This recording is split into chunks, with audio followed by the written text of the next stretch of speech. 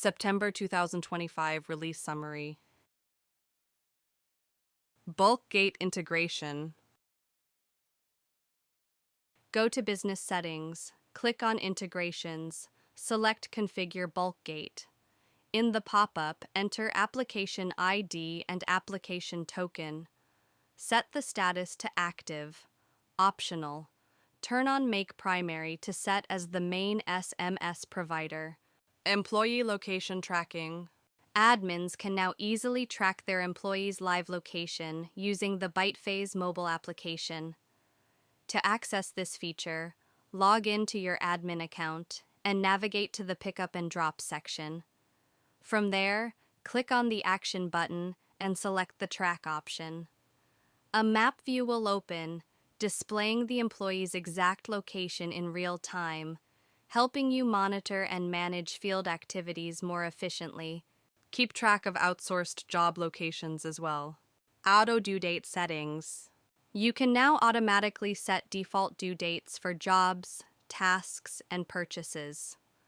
To enable this, go to Business Settings, then Workflow Settings, then Due Date Settings.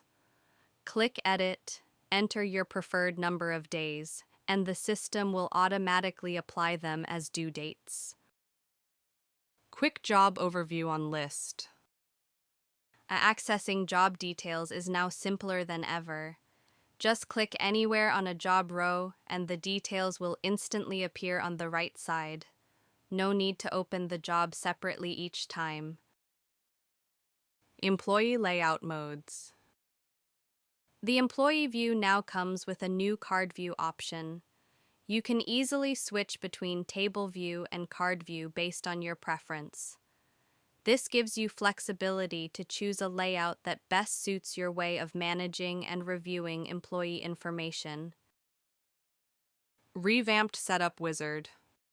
The Account Setup Wizard now comes with a redesigned, user-friendly UI. The Authentication Carousel in Self-Check-In is now updated. Customers will complete verification at the final step for a smoother experience.